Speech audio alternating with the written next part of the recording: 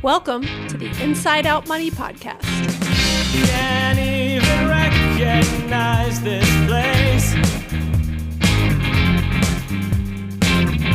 Too many pieces of our past mistakes. Hi, I'm Maggie, and I believe real change starts from the inside out. So let's work together to improve our money and our lives from the inside out. We will explore all things money and our relationship with it. Join me each week with a rotating set of co-hosts, friends, and interviews. Let's jump in. This time,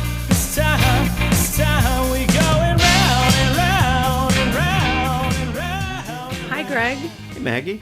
How's it going? Pretty good. You doing your favorite thing you like to do on a Friday night? Yeah. Record. Yeah. You gotta sound more convincing. That was than very that. convincing. Yeah, no. Oh, sorry. Well, we are going to talk about saving money on groceries. So if it wasn't already exciting that you're recording on a Friday night, you get to talk about groceries, which you actually are in on. You do a lot of the grocery shopping in our family lately. I do a lot, and I have, a strong appreciation for some of the stores we shop at. So I thought you were going to say you have strong opinions, but because you also have strong opinions. On grocery items or stores. I mean, you've been in a feud sure. with Aldi. I mean, to be clear, we love Aldi, but we'll talk about some issues. Greg sometimes comes home and is like, Aldi's got to get their shit together. We'll get into that. But anyways, first off, welcome to the Inside Out Money Podcast. This is a personal finance podcast focused on redefining wealth from the inside out. Every week, I speak with a rotating set of co-hosts about a different financial topic to help you improve your financial mindset and tactics. Tonight, we have co-host Greg here, also known as my husband, so we do a lot of grocery shopping together. You're the best person to do this episode with because we live in a house together. And we're going to talk about everything grocery and food related and some of the things we do to save money on groceries. Yeah. Yeah, sounds good. I think it's a good topic. I mean, food is something that is pretty universal, and I think it's the one thing all humans have in common. We all have to eat food to survive. we do. And it's something we talk about a lot on our expense reviews. I think it's an area that we tend to do pretty well in compared to others we've reviewed expenses with. Well, not really compared to Andrew or true. compared to Liz. Yeah, okay, so we do better than one person we know, but still. Maybe Erica.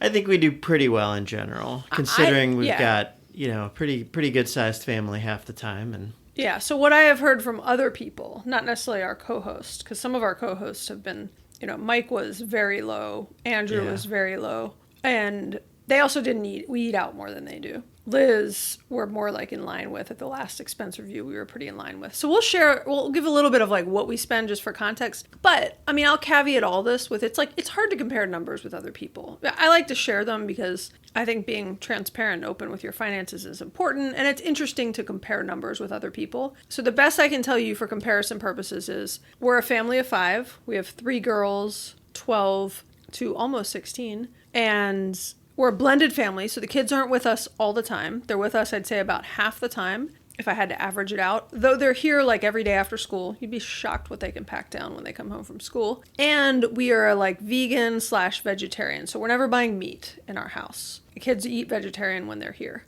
And we also, this is something we talk about in our expense tracking episode, so I'm not going to go into why here. But just for full transparency, when we travel, we track our food in our travel budget for a bunch of reasons. And so this is directionally accurate. And again, I think the purpose of expense tracking is to generally understand things. It's not and do it the way that you like doing it and feel comfortable doing it. Nobody has to track their stuff the same. Everybody can do it different, but we just like to share that. Yeah, ultimately, you may look at our numbers and compare to them, but really you're comparing it to yourself. I mean, that's the idea with expense tracking, is you're tracking it over time and you're hopefully improving over time. Or as Liz says, sometimes you're actually finding categories you want to spend more in. But either way, that's the biggest comparison, is tracking yourself over time as opposed to comparing to others. Yeah. Okay, so what did we spend? You want to give a quick...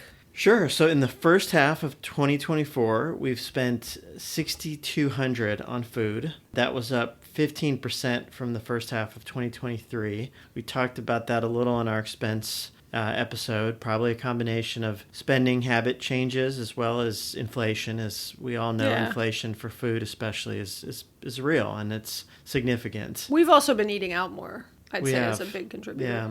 So that average is about $1,000 and $42, but about $1,000 a month between restaurants and eating out.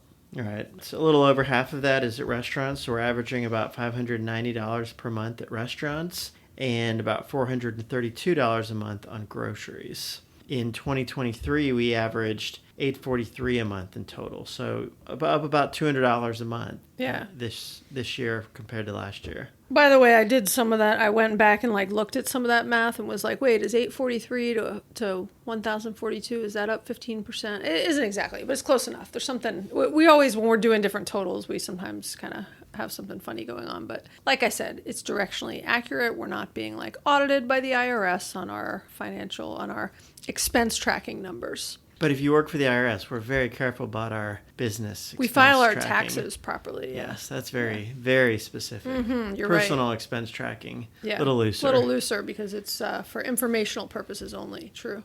Okay, so let's talk about how, again, you could. It's funny when we post numbers on Instagram, I get a mix of people who are like, oh my God, that's so low. And it almost makes them feel bad about what they spend, which by the way, I never want people to feel bad when I'm sharing numbers. I just think it's interesting. And Liz, for example, always talks about, there's things she spends differently from a grocery standpoint and it makes her happy and it's intentional and it's very thoughtful and she can afford it. And that's great. Right. And that's awesome. But I also will get people who will comment and be like, oh my God, I can feed my family on $200 a month. And so it's no matter what you say, it's subjective whether you think what we spend is high or low is my point. So I was going to say, we're going to talk through some of the things we do to keep our food costs lower. But again, it's subjective if you even think our food costs are lower. So we'll see. But we think this is pretty good. And again, we could eat out less, but our $432 a month on groceries is pretty solid. I feel good about. We've always kind of been in the or I say four to five a month on groceries. Yeah, I agree. And I mean, another small caveat, we're packing our kids' lunches when they go to school. So that, there's some lunch food costs in there and lots of snacks. And those are some of the areas that we do sort of spend a little more on is, snacks that the kids enjoy. And there was a time where we really weren't doing that. Yeah, we were were very frugal. not buying any individual packaged snacks, and at some point I think we decided that we wanted a nicely stocked snack drawer for the kids where they really when they have friends over, they can come and they can just grab some snacks out of the drawer, whether they're eating them here or taking them to go or something. So, that's an area that we've splurged a little bit on. Yeah, we've kind of loosened up on, Okay, so let's talk about the big things. Yeah. Probably one of the biggest things is where we shop. Greg, I'm going to let you talk about that because you really lately, I feel do 70 to 80% of the physical grocery shopping, which I would just like to go on the record and say thank you for, because I don't mind grocery shopping, but you're really good at it.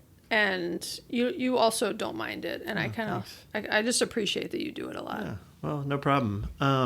Obviously not having a steady 9-to-5 job helps. I do a lot of shopping during the weekdays. I try to do it when the stores are not as busy, and so I'm able to swing in. So where do we shop? And you guys probably already know the answer to this, but the majority of our shopping is at Aldi, Lidl, and then for more bulk items or certain items, Sam's Club. And we've talked a lot about Aldi, various previous episodes on Friends on Fire. We've done whole episodes about Aldi. They're both great stores. Anyone is not familiar with Aldi and Lidl, they're similar in their concept. They're both German grocery chains. They're discount German grocery chains. And I would say what they do is they have a smaller footprint. 90% of their food, probably, maybe not quite that much, is store brand. So they don't have a lot of name brand foods. They have a small footprint, and they minimize the staff needs there. So at Aldi, they're not bagging for you. Neither store, they're not bagging for you. At Aldi, they're not even going around and collecting carts out of the parking lots. You have a quarter and you don't get your quarter back till you bring your cart back to the store. And those are little things that perhaps you love the service at a store. What they don't skimp on, though, in my opinion, is the quality of the food. Yeah, their store brand products are On point. Even though they're store brand, they're very, very good products, and they have a lot of organic products. They have obviously non-organic products, but it's really good. And, for instance, ice cream. We buy ice cream both at Lidl and Aldi. It's good at both. You can buy a kind of a tub of ice cream for $2 and something cents, maybe $2.50 for a lot of ice cream. When you think about going out and you buy a cone of ice cream and it's $6. Yeah. And so that's just one small example, and it's really good. Our kids love the ice cream from both Aldi and Lidl. And, like another example is we buy a lot of soy milk because we don't drink dairy milk. And so we buy lately, there's Aldi and Lidl. They both have an organic soy milk, and it is 50 to 60% of the cost of buying soy milk at Publix or Target. And it's their store brand, and it's really good. And they have tofu that's really good. It's $2 a pack, and it's really good. And we actually used to shop at Aldi and Sam's Club, and then they opened a Lidl near us. And we kind of didn't like it at first. We checked it out and then went back a year or two later. And now, Greg, you like Lidl better than Aldi almost. I think for the most part I do. And it was kind of funny. There was just Aldi gave an opening, and, I just jumped in at Lidl. And basically Aldi went through a stage where some of it was pandemic related, which I understood. But then even long after the pandemic, they were always out of soy milk. Well, a lot of people were having supply chain issues. A lot of people were early on. This persisted at Aldi long after other grocery stores were operating at normal. Yeah. And for us, soy milk is kind of a staple. There's certain things you go, oh, okay, no big deal. They were out of tofu a lot. Those are two things that are really a big part of our diet. And so it meant, okay, now I have to leave here and stop at a Kroger and buy their store brand, which is good. It's reasonably priced, but not as cheap as Aldi, and just the inconvenience factor. So one day I popped into Lidl, and their prices are maybe 5% higher than Aldi, maybe on some items, but it's pretty close. And they have really good products as well. And it's a little bit nicer of a store, I think. And they have the fresh bakery section, which is nice. Although we really hardly buy things from there, it's still sort of nice to walk in and smell this freshly baked bread. And occasionally they'll have a sale on croissants, and I'll buy the kids some croissants and then eat them myself if they don't want them. So yeah, I've been shopping at Lidl as well. The bigger takeaway, I would say though, they're both really good stores, good quality products, extremely reasonably priced. Yeah, sometimes I will fill up a cart and I am shocked at the price when I walk out. Yeah, it'll be 80 or 90. Yeah, it's under $100. And it's you get the same cart at Trader Joe's and it's $200. Yeah. So we spend 80 to 90% of our grocery spend at Aldi, Lidl, or Sam's Club. And look, I know some people love Costco. I like Costco too. There's a Sam's Club right by our house, it's within really a mile. Proximity. Yeah, it's a proximity thing. And they've got great produce. And so we buy most of our produce, I would say, or at least 70% of our produce from Sam's, because we're going through it in high quantities between us and the kids. And so that tends to be what we buy at Sam's is produce and a few other kind of things like ground coffee. They just, even though it's reasonably priced at Lidl and Aldi, sometimes at Sam's you just get a big old bag of ground coffee, and it's cheaper when you look at the per and per some ounce. like lunch snacks like you talked about we'll buy at Sam's Club too. But then we get pretty much everything we can get at Aldi or Lidl. And when we're buying produce in smaller quantities, we'll get it from there. And then we shop at Trader Joe's every now and then. There's a number of products we like. There's they have soy chorizo that's really good. They have a good tempeh. They have some bagged salads that are kind of fun. They have some things that are nice there. But we shop there maybe once a month, more every 2 months, and we kind of just stock up and freeze stuff, which we'll talk about more. But we don't ever shop at Publix. I mean, I get Publix is shopping as a pleasure. It's incredibly overpriced. So it is not a pleasure to me to be charged so much for things. I do not find that pleasurable. I agree. The only thing I'll go there for is for baked goods for the kids. A cake for we bought a birthday cake. Yeah, if someone has a birthday party. They're cupcakes. Yeah. They have an amazing bakery, great service, reasonably priced for a very good bakery. So and also Sam's has an amazing. So we if a kid asks for a cake from Publix, no big deal. They're not expensive. But when I need tons of cupcakes for some volleyball thing, we need 60 cupcakes. Sam's has really good. They have a great bakery. And it's incredibly affordable and cheaper than Publix even. And so I think one of the biggest ways we save money is just where we're shopping, right? And again, I think it's worth mentioning. It took us a little bit of time to get used to Aldi and Lidl. They're different, like you talked about earlier, right? But I now love the smaller footprint and the smaller selection. So like when I buy oatmeal, I don't need 15 options for oatmeal. I need 3, which is what Aldi or Lidl has. And when you walk into Publix or Kroger, it's like, which are like big grocery stores in our area, it is literally be 20, 30 different varieties and brands. And I'm like, it's overwhelming. So I actually appreciate the more limited selection. I get in and out of the store faster. I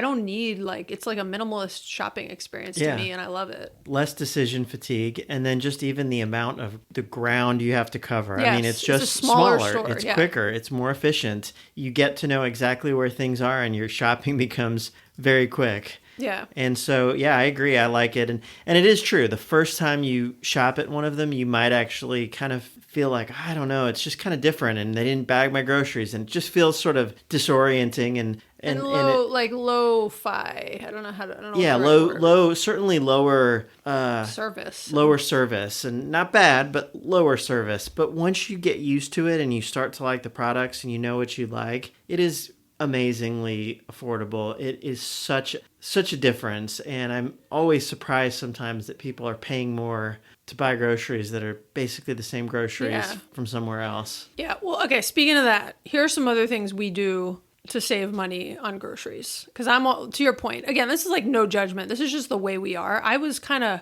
I don't know, raised frugal. And, I always think of like when people are like, oh, were you a family where like when you went out to eat, you were allowed to get water? I mean, you were allowed to order a drink or you got water. And I was like, no, we couldn't order drinks. We had to get water if we went out to eat. Could you order a drink? Yes, I could. I was not, I was a single child. Maybe that was part of it. I don't know. But no, I mean, we were frugal in the sense we didn't eat out a lot. Yeah. Eating out was a treat. And I'm not like never, but it certainly wasn't the norm. I mean, it was not the norm to go pick up food every day, which I think is pretty common in our society these days. So we were frugalish, but I did get Cokes for dinner. Yeah, no, you could not order. I mean, it had to be like your birthday or something. So, okay. But so on that note, there are things that we just like don't do. So we do not buy a lot of convenience foods like pre-cut fruits or vegetables, right? And so I just made carrots tonight. I have the big, long, cheap carrots, and I like, full size. I mean, we'll still buy baby carrots sometimes, but I would never buy like pre-cut or pre-peeled or anything like that. I buy a whole watermelon. You can get a whole watermelon for, even if you don't plan on eating the whole thing, give away half of it, and it's still cheaper than buying like pre-cut watermelon. Pre-cut fruit is particularly expensive. It's so expensive. And I know like Liz, shout out to Liz Gets Loaded. Liz, one of my very good friends, I love her, but like she'll buy pre-cut fruit. It's for her lifestyle and for the time she has and everything else. Like it makes her happy, and she doesn't, she doesn't, it doesn't bother her. It's an intentional thing. For me, I'm just like, no, like I can cut it myself. And I actually think it tastes better, like freshly cut, and I want to know that, like, I don't know, I cut it my way. And so, I think that's a big way we spend less, is that we are buying the original product, not something that's kind of pre-cooked or conveniently cut up for us. And then also we eat pretty like basic, simple stuff. Like we don't, again, we're not eating meat, which can be pretty expensive. And we're not buying like really complex, fancy ingredients. We're making like simple, we'll make bowls a lot, and we'll have like a bunch of vegetables and rice or quinoa and like a sauce on it. Or we don't buy a lot of frozen kind of pre-prepared foods. We don't buy a lot of microwave things or, meal in a bag kinds of things that you put in a skillet. And I mean, those are nice. And again, they have their place. We just don't tend to buy that kind of stuff. You pay more for it, but then also it's more processed. And like, I'm not saying I don't eat processed food. Lately, I'm trying to eat less processed food, but that's the other downside of those things. They're more expensive and they're more processed often. Yeah. So we do eat a lot of simple stuff, and I think we're both just content doing that. There's many nights where we don't even really cook a real dinner. I mean, we do many nights, but there are also a lot of nights where you may say, I'm just going to make a smoothie and then maybe have a bowl of cereal. And then I say, oh, okay, cool. Then I'll just, I don't know, eat something you'll make simple. some soup or something. Yeah, make some soup. And so we do tend to eat simple things as well, like you said. Another thing that I've been trying to do more of is to do trips where I buy smaller amounts of food. food. And we're not always good about that. We do have some backlog in the freezer we need to work through and in the pantry. But in general, I've really been trying to say, I'm only going to go and I'm going to buy the 10 to 15 items that we really need and not a bunch of extra stuff. I find that it's obviously less expensive and it's quicker. I don't mind making more frequent trips to the store. Even with fruit, the fruit that the kids enjoy, we will buy big quantities. Though things like apples, the kids don't eat a lot of apples.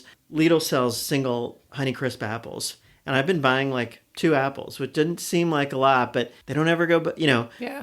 We don't buy a bag of 5 apples, and then some of them are bad just because they're the bruised ones that you can't see in the middle of the bag, and then half go bad. Though I'm a Gala girl, so every time you come up with Honeycrisp apple, I'm always like, Gala apples. They don't sell them individually, though. I know, and but they're just Honeycrisps better. are better, in my opinion. A whole bag of Galas crunchier. is better than 2 Honeycrisp. I don't think so. You like mushy stuff, maybe. Yeah. I mean, ever since I had braces, I spend less time with apples anyways, so that's okay. But I'll get back to Galas soon. Okay.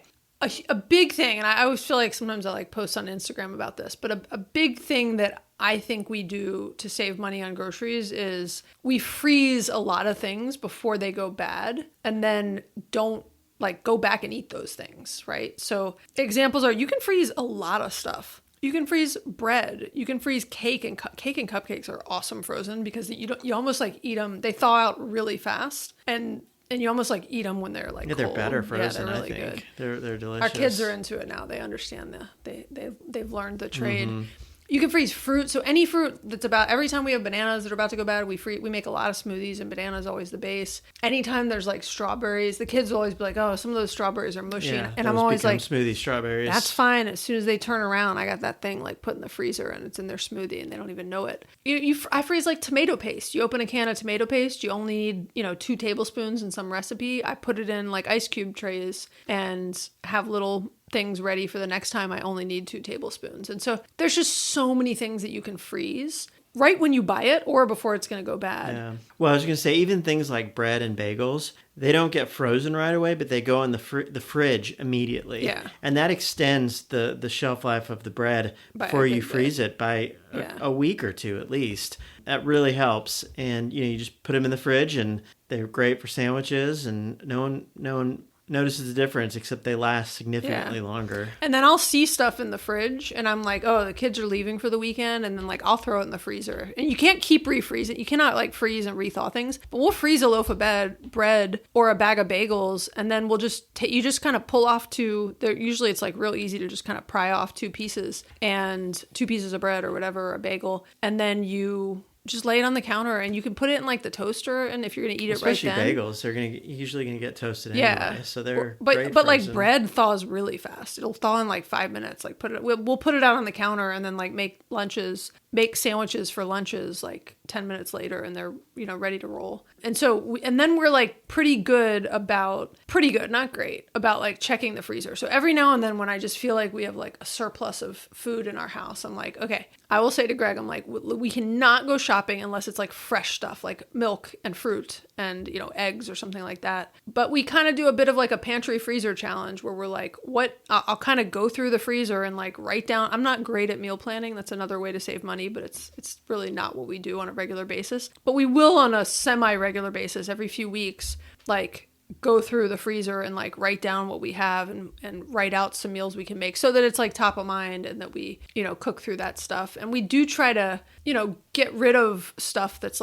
about to go bad before we will eat other stuff that is fresher. And sometimes that's not what the kids want to do, but I think I talked about this in a episode Erica and I recently did about using stuff up. Sometimes I'll put that stuff in kids' lunches because they don't, they're not going to pick it up when they're home and eat it. But I'm at one point you were obsessed with goldfish, and so you still have to eat some goldfish till we're out of goldfish. And so we really do just try to intentionally and thoughtfully work through what we already have before we buy new stuff, which is hard. And we get, we end up in times where we're oh my gosh, the pantry is overflowing, and we kind of check ourselves and then start eating what we already have. Yeah. Our deep freezer's kind of getting to that point. So we're going to do a freezer challenge soon. And that involves, I am the best at this in the family, Greg.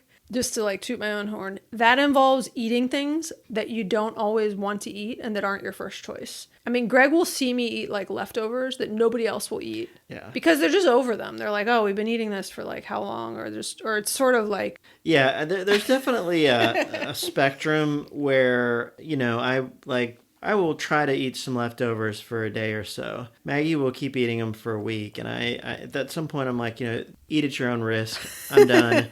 I mean, I hope Greg's you're like fine, tapping but out. Yeah. I'm good. I got a gut of steel. I'm good. I haven't really been burned yet on my approach to that, but I feel you. You're very good at eating. The kids are the worst at eating leftovers. You're right in the middle, and I'm the best. If there was like a leftover eating competition, which again I don't know is like a competition you want to win because you know I'm probably gonna get sick one of these days from it. But so far so good. Knock on wood. Okay, so that's a little bit of what we do to try to save money on groceries and just try to be a bit like intentional. Like again, there's areas that we splurge a little bit more on. We've definitely been eating out more and like we've been like taking the kids really like Starbucks as a treat. So we've been kind of splurging on stuff like that with them more. And we've talked about this in some episodes. We definitely spend more eating out since we early retired because we're just, you know, like work doesn't feed us. We're around during the day more and sometimes we plan outings and we have a little more free time and that involves going out and doing stuff more often, which I'm fine with. So it doesn't really bother me. And I feel pretty good about our current food spending personally. One final tip. If you have a coffee, if you drink coffee at home, obviously much cheaper than buying it out. Yeah. We do like Starbucks, but that typically is when they're having like a 50% off or just kind of a, like it's a treat. But it's not like our place to go for daily coffee. We don't drink we don't get like Starbucks in the morning. We get, I get like, if I want like make it at home. As I told my mom today, I was drinking like a chocolate mocha and I was like, this is basically chocolate milk. This is not like a coffee. This is not a coffee. Yeah. And so buy the store brand coffee. I know everyone really likes good coffee, but fresh coffee is pretty good even if it's store brand versus like a fancier brand. It's like talking about wine, Greg. Some coffee connoisseurs are going to come at you, but keep going. I agree. I totally agree with you. It's just a suggestion. And the other thing is buy, you know, either whole bean or ground coffee, but buy it in bigger bulk as opposed to K-cups. I think, you know, this is just my little... K-cups are incredibly expensive. They're expensive, very expensive. They're bad for the environment. They're like 50 cents a coffee on a like at a good price. And they're bad for the environment. And if you have a K-cup machine and you love it and you like being able to make... Also known as a Keurig. A Keurig, yes. If you love that, get some reusable little K-cups from Amazon. They're very affordable. They even make little paper filters that fit in them. Also super cheap. Very cheap. And then make your own little K-cups. And they're lovely. They're great. There's so much less waste. You can then compost the filter and the coffee. Even if you don't have a full composting operation, you save it and you can sprinkle that in with your house plants. Coffee is really good for soil and for plants. And you're doing something good for the earth and for your bank account. So do that. Yeah. Good and then even if you really have to get fancy coffee, that's still going to be cheaper than buying it in K-cups. Yeah. No, I agree. The reusable K-cups are clutch.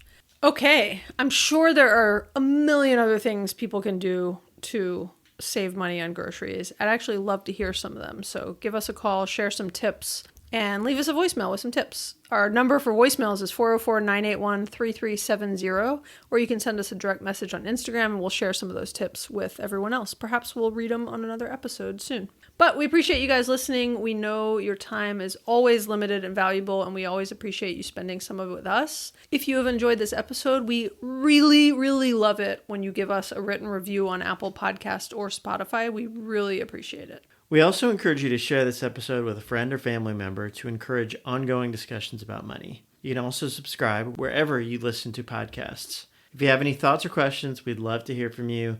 You can leave us a voicemail or text us at 404-981-3370 or hit us up on the gram. The gram, Instagram. So yeah, definitely send us a voicemail and tell us some of your best grocery saving hacks and tips and tricks, and we'll play them on a future episode for everyone to hear. Thank you, everyone. Bye, Greg. Bye. We're going round and round and round.